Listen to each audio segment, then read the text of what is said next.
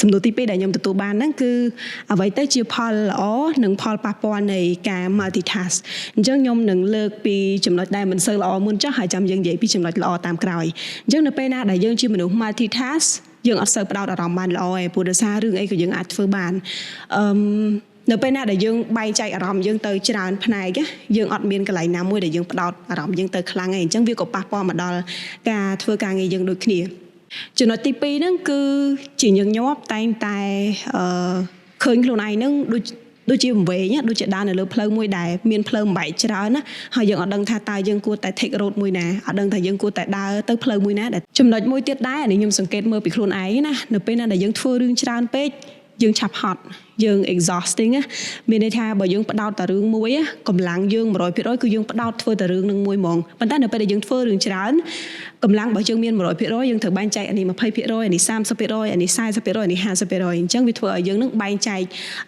គេហៅថា energy នៅពេលដែលយើងបែងចែកច្រើនយើងក៏ឆាប់អស់កម្លាំងយើងក៏ឆាប់មានអារម្មណ៍ថាហត់នៅក្នុងការធ្វើការងារអីមួយងាកទៅដល់ផលល្អវិញនៅពេលដែលយើងមាន multitasking នៅពេលដែលយើងមានជំនាញច្រើនពហុជំនាញយើងទទួលបានឱកាសច្រើន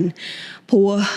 អាចនិយាយថាអ្នកផ្សេងគាត់មាន skill set គាត់តែមួយគាត់មានជំនាញរបស់គាត់តែមួយផ្ដោតទៅលើចំណុចសំខាន់ណាមួយរបស់គាត់ចឹងចោះវា specific ប៉ុន្តែសម្រាប់យើងដែលយើងចេះច្រើនយើងអាចទទួលយកឱកាសច្រើននៅក្នុងក្រុមហ៊ុនចំណុចទី2ដែលខ្ញុំចាប់អារម្មណ៍ចេញពីបទពិសោធន៍របស់ខ្ញុំគឺយើងយល់សាច់ការបានលឿនបំពេញការងារបានលឿនជាងមុនហេតុអីបើខ្ញុំថាអញ្ចឹងខ្ញុំលើកឧទាហរណ៍មួយចោះឥឡូវនេះខ្ញុំកំពុងតែ host នៅក្នុង podcast ប៉ុន្តែខ្ញុំអាចដឹងថា cameraman គាត់ធ្វើការងារអី producer គាត់ធ្វើការងារអីអ្នកសរសេរ script អ្នករៀបចំ event ទាំងមូលហ្នឹងគាត់ធ្វើអីអ្នក prop master ដែលគាត់រៀបចំភ្លើងគាត់រៀបចំ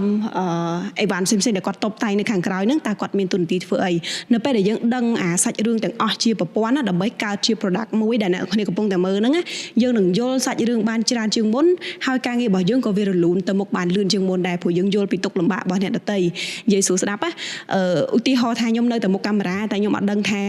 កាមេរ៉ាមែនខ្ញុំគាត់ធ្វើអីទេអត់ដឹងថាគាត់មានទុក្ខលំបាកអីទេអញ្ចឹងអ្វីដែលយើងធ្វើជួនកាលយើងអត់ដឹងទេថាវានឹងផ្ដល់ទុក្ខលំបាកដល់គេអញ្ចឹងកាលណាដែលយើងយល់ការងារផ្សេងៗជាប្រព័ន្ធណាយើងនឹងកាត់បន្ថយការលំបាកដែលមិត្តរួមការងាររបស់យើងនឹងគាត់ជួបប្រទះហើយ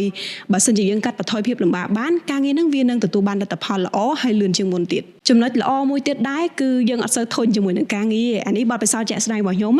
នៅពេលដែលយើងចេះធ្វើរឿងច្រើនយើងអាចសាកល្បងធ្វើការងារថ្មីឬក៏ធ្វើការងារជំនាញផ្សេងៗដែលយើងមានហ្នឹងដែលយើងបានផ្លាស់ប្ដូរបរិយាកាសពីរឿងមួយទៅរឿងមួយទៀតធ្វើឲ្យយើងនឹងអត់សូវធុញថប់ពេកទេចំណុចល្អមួយទៀតដែរនៅពេលដែលយើងមានជំនាញច្រើនពហុជំនាញគឺយើងអាចបង្កើនចំណូលយើងបានបង្កើនចំណូលនេះវាមានរូបភាពពីរទី1គឺនៅក្នុងក្រុមហ៊ុនយើងផ្ទាល់ដែលយើងកំពុងតែធ្វើការហ្នឹងយើងអាចរកការងារផ្សេងមកធ្វើការងារផ្សេងទៅដោយទទួលបានប្រាក់ចំណូលផ្សេងបន្ថែមពីលើហ្នឹងទៅមួយទៀតយើងអាចឆ្លៀតពេលដូចជាសៅរ៍អាទិត្យដូចជាអីចឹងដើម្បីកុំឲ្យវាប៉ះពាល់ដល់ការងារ snow របស់យើងយើងអាចទៅធ្វើការងារផ្សេងដែលវាអាចរកប្រាក់ចំណូលបានបន្ថែមទៀតអញ្ចឹងទៅព្រោះតម្រូវការរបស់យើងម្នាក់ៗខុសគ្នាជួនកាលយើងមានតម្រូវការច្រើនយើងមានទំនួលខុសត្រូវច្រើនយើងក៏ត្រូវការបង្កើនប្រាក់ចំណូលពីប្រភពផ្សេងៗគ្នាដែរគ្រាន់តែថា make sure ថា